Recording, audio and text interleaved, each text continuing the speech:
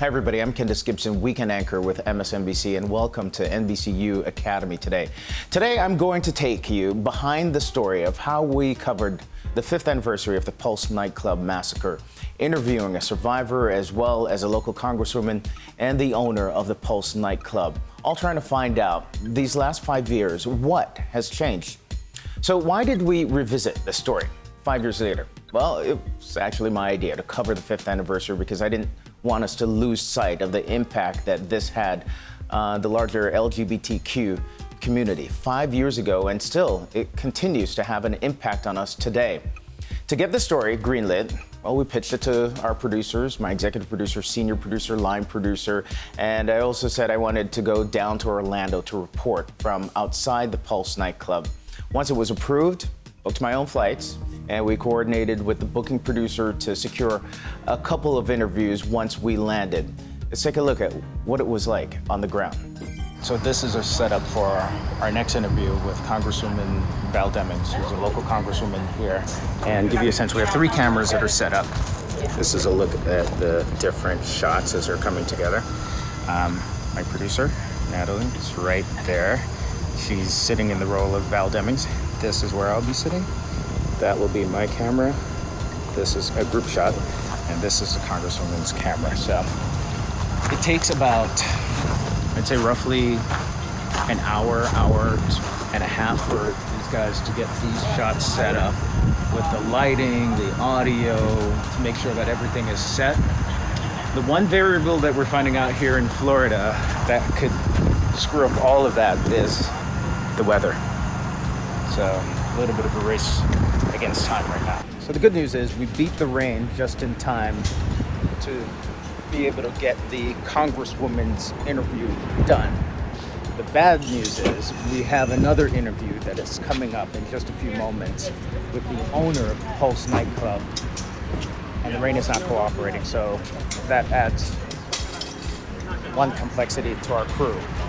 You see here, besides scrambling to put all of the cameras together and the lights, now scrambling to pop up a tent in some fairly windy conditions here.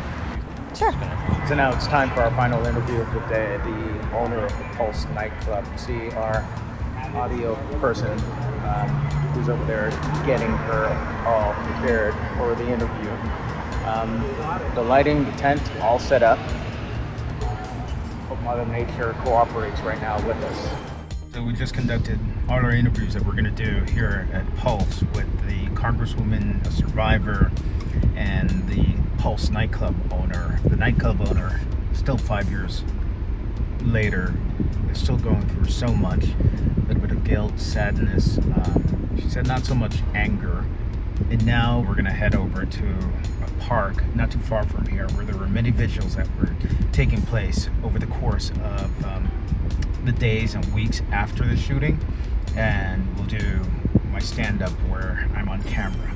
Okay, so we're taking a walk along the waterfront here, and when Kendis ends up, he's got this colorful background that's kind of a soft focus, so it's rainbowy. So it's really nice. Yeah. So it's a nice rainbow after all this rain. Yeah. And in the meantime, Natalie's checking. We might get a little break. We might get a break on the radar. Maybe? I don't know.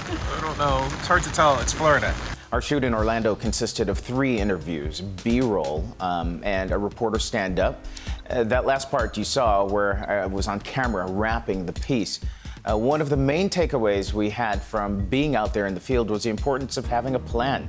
We had a great producer there on the ground who had planned out for absolutely everything, when the interviews would take place, where they would take place, and also factoring in the weather since the interviews were taking place outdoors.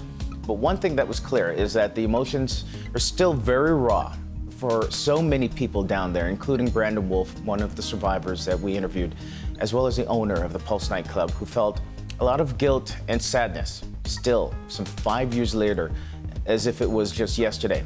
And it'll continue to be that way for a long time. If you'd like to know more information on how we cover the news here at NBC, just log on to NBCUacademy.com. For NBCU Academy, I'm Kendis Gibson. Thanks for watching.